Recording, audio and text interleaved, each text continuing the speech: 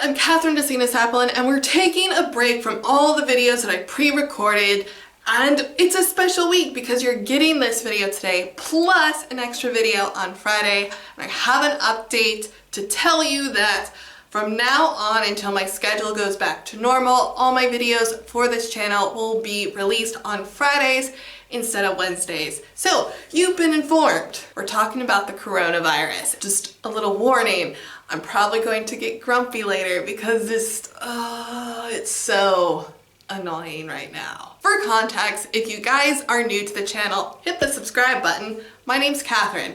I'm an American and I live in Belgium. My greatest pet peeve right now is the media and its portrayal of the coronavirus in other places, because all they're doing is stirring the pot and evoking fear and causing panic. You absolutely 100% do not need to insert scary, creepy music when you're talking about the coronavirus. You also don't need to insert some panic, end of the world, post-apocalyptic monologue before you talk about the coronavirus. In fact, I would say it's pretty insulting how the media is portraying continental Europe as being a whole bunch of babies who were panicking and freaking out over the virus. Because I guess we're all just stupid, which we're not. Don't take my word for it, this isn't just going to be a talking head video, I'm going to be inserting a video here. The video in question was shot Friday the 13th in the open air market in Poperingen. Please notice how nobody is panicking and running around as if their head has been cut off, because we're not panicked despite what the news wants you to think. And this day is particularly important because on Friday morning, that was the day that the government announced that all restaurants would be closing for 2 weeks, all the schools would be closing for 2 weeks prior to the Easter vacation. So in total, students will be out of school for 4 weeks. People were asked to work from home. All assembly halls, sports halls, and any establishment that could hold a large group of people was closed. So right now, there's absolutely nothing to do in Belgium. The only things that are open are the doctor's office, which we have been instructed if you have symptoms to actually call them and ask them what to do and not go into the office. The pharmacy is open, and of course the grocery store is open. But again, we are being encouraged not to go out unless it is essential. And for myself and my family, we have not gone out since Friday. And I think a lot of people went out on Friday as their last day of freedom, if you will. I think at least myself and my family, my friends, my acquaintances, random people that I've talked to reach out to say, hey, are you guys panicked? We all sort of have this very pragmatic mindset when it comes to the virus. In fact, for myself and a bunch of other people that I was talking to on Tuesday before the announcement on Friday came, most people were frustrated that the government hadn't taken any preventable steps which were suggested by the World Health Organization.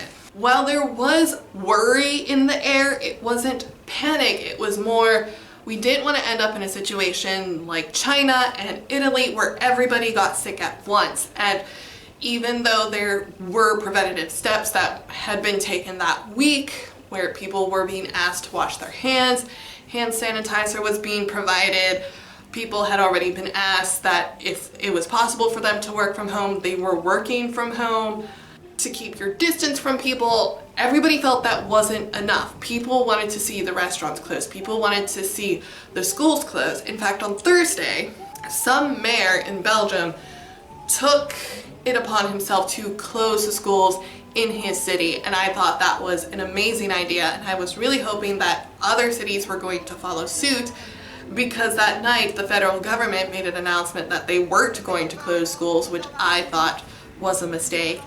And even when I went to school to pick up my children, other parents really thought that was a mistake too.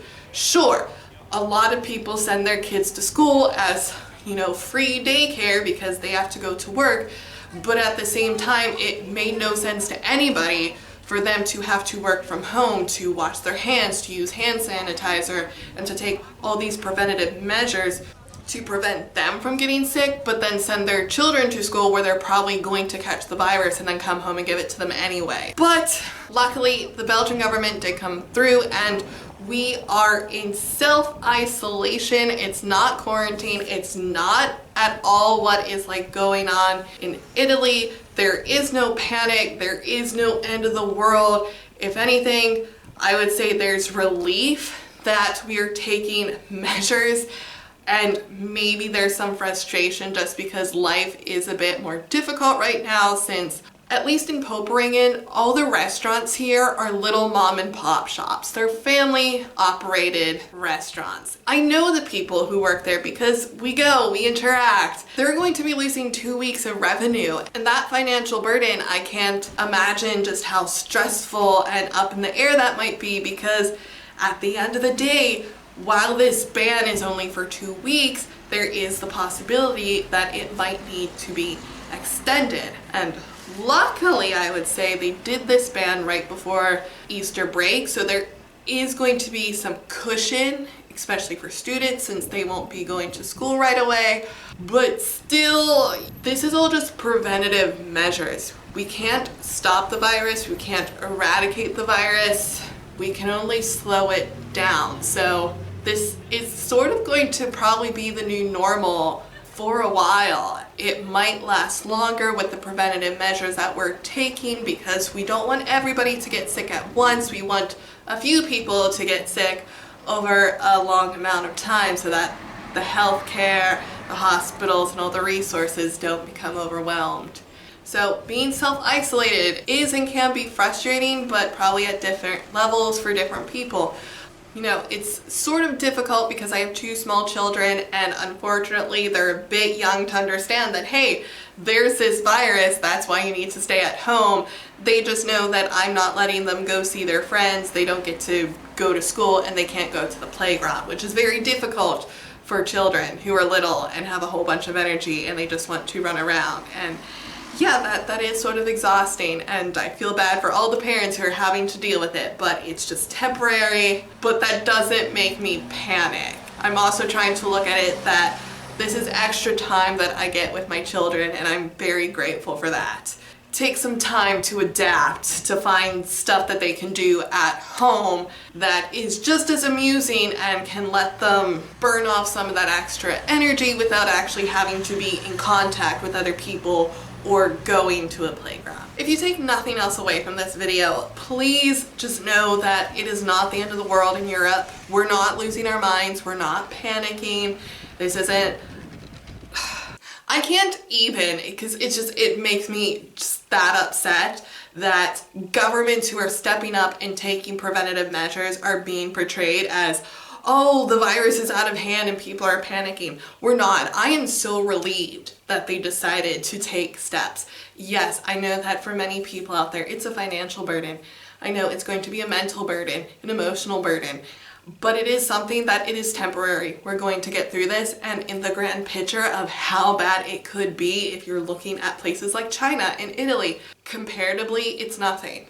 And it's not the end of the world in Belgium. I would really appreciate hearing back from you guys, because the media just, it irks me, because everybody I'm talking to, it's not like what it's being portrayed on the news. So if you are from somewhere, you know, just say where you're from and how you're feeling, plus the vibe of your city and what's going on. Because I am sure that there are people who are more panicked or more fearful, but in general, I really don't think it's as exaggerated and epic that's being portrayed on the news and online, where like everybody is hoarding and trying to buy up toilet paper, which I don't get. The coronavirus doesn't cause diarrhea. Also, there are ways to clean your butt besides toilet paper if you don't know. Like if you lived in France, you know they have a bidet. Just saying. You could use that. Anywho, that's what I have for you guys. Don't forget there's going to be another video this Friday.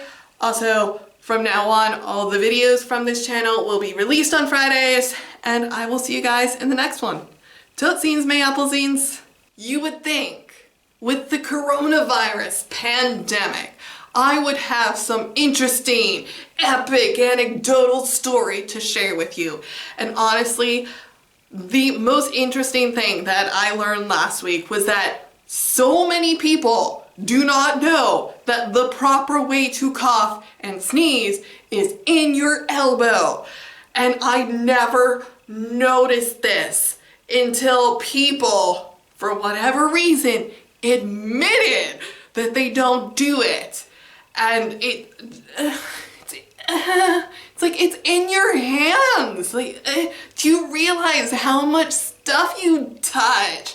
Like your computer. This is why I disinfect my computer, and I don't care that people give me looks. Obviously, I need to do that because you all don't know that this is the proper way to cough and sneeze. I don't like to degrade people, but it's disgusting. Don't do it. No. Ugh. Yuck.